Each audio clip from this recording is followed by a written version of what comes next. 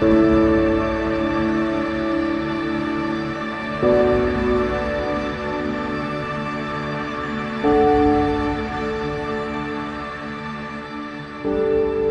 a lot of photos from my childhood, all before diabetes, happy, active, kind of like any other little kid.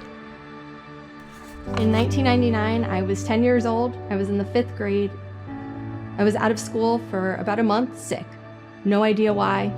Went to the doctor's office multiple times before a nurse made the suggestion that I might have type 1 diabetes. I was admitted to the hospital and officially diagnosed with type 1 diabetes on October 27, 1999. That day changed my life, and it is the single most defining moment of my life and what would come next. This is a few days after I was diagnosed with type 1.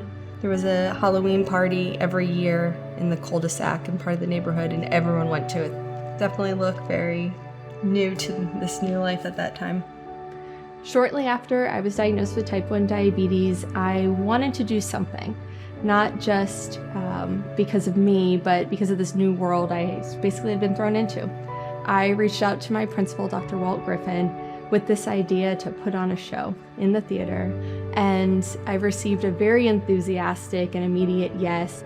She had an idea, and her idea was to do something using the performing arts to educate people about diabetes, to raise money for the American Diabetes Association, and just to use all the great things that we do here at school for a great cause. As an educator, you always want your students to thrive to help others. When you have a 6th grader ask you about doing something to help others, it's overwhelming. So in my mind, it was, what can I possibly do to help these kids? Never envisioned that we'd be here now. Watching her organization grow over time has been absolutely amazing. Right from the beginning, I knew Elizabeth was someone special. I think certain people have certain things for certain reasons, and I believe Elizabeth has diabetes because she's able to help so many other people with diabetes. And she's an educator, she's a motivator, and cares deeply. You know, here we are all these years later, and she is growing this and helping more and more children and adults. This is something special, something remarkable. This is actually the email I wrote to Dr. Griffin. Every year, over 800,000 new cases occur. The battle against diabetes rages on. So at this point, I was diagnosed 3 years prior. That's what I write in the letter. With each continued show that we would put on, the show itself would grow, but so would the awareness of type 1 diabetes in our community and in the communities we were touching. It eventually led to us wanting to do more. 5, 6, 7, 8. Out and down.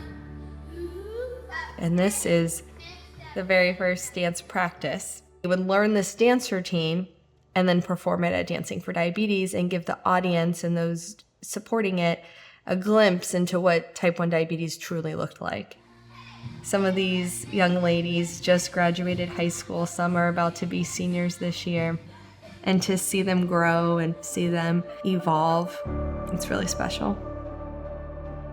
There was an idea early on to form a free dance class for kids with type 1 diabetes, to bring these individuals together, to offer an outlet, a safe space, but more importantly, they could connect with one another and they can meet other kids just like them, going through the same challenges, the same successes, and I can see the difference of those kids year after year. I've been doing the Kids and Teens dance program for 5 years.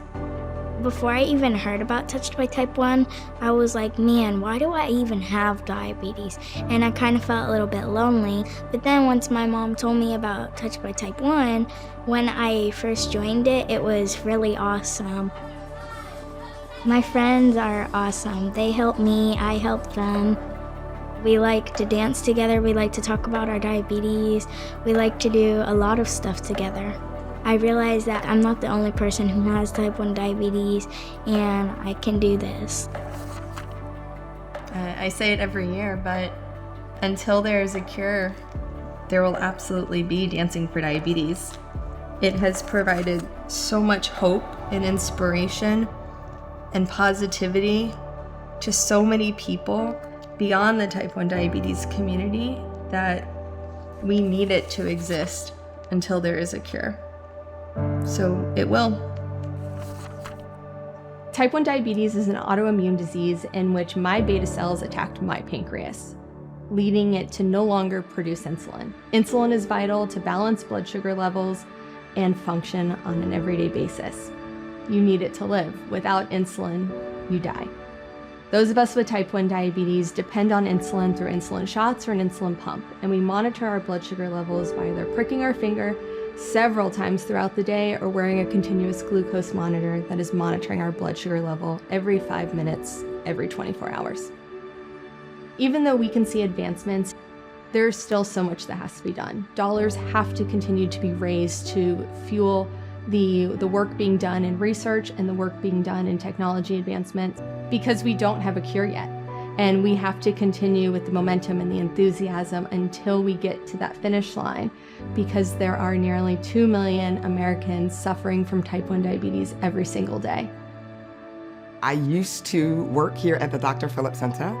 I met Elizabeth, I think she emailed or called one day and told me about the vision for Dancing for Diabetes. I love that she doesn't take no for an answer, and she will do whatever it takes to ensure that we are illuminating and highlighting this cause. Period, full stop. Oftentimes, folks don't really know the ins and outs. If you don't have a loved one or someone close to you that suffers with diabetes, you don't know what you could be doing or should be doing or how you need to be paying attention. And so I love that this raises awareness and it elevates the mission, but then it raises funds. And that's important, right? There are scientists and doctors out there that could really help, but that takes money. And so the fact that Elizabeth has put her money where her mouth is, and then she's asked the community to do the same, is remarkable. Touched by Type 1 has really become a community for people that have a connection to type 1 diabetes, and we didn't realize we were doing that, and that wasn't the goal when this all started.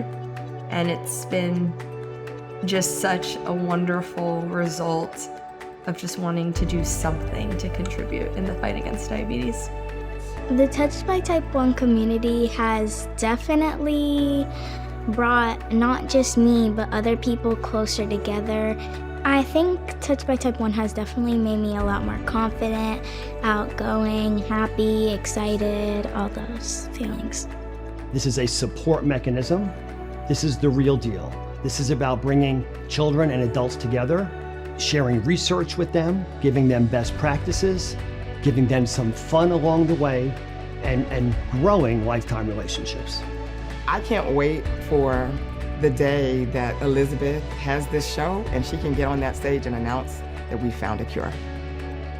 Over the last 25 years, I've had so many different moments of feeling joyful and getting so much out of our programs and our performances and everything that we work on year-round. And I can see the impact and I can feel it. And that's not just me, it's the entire community that's behind this organization. And it's those moments that remind me what we're doing and why we're doing it and how it's still so very needed, not just in our community, but every community across this country. Seeing this community exist now is so rewarding and so fulfilling to know that it's not just me, but it's those around me and those alongside me supporting this mission and our efforts to continue to contribute to this incredible, empowering community focused on type 1 diabetes. So until there is a cure, we will be touched by type 1.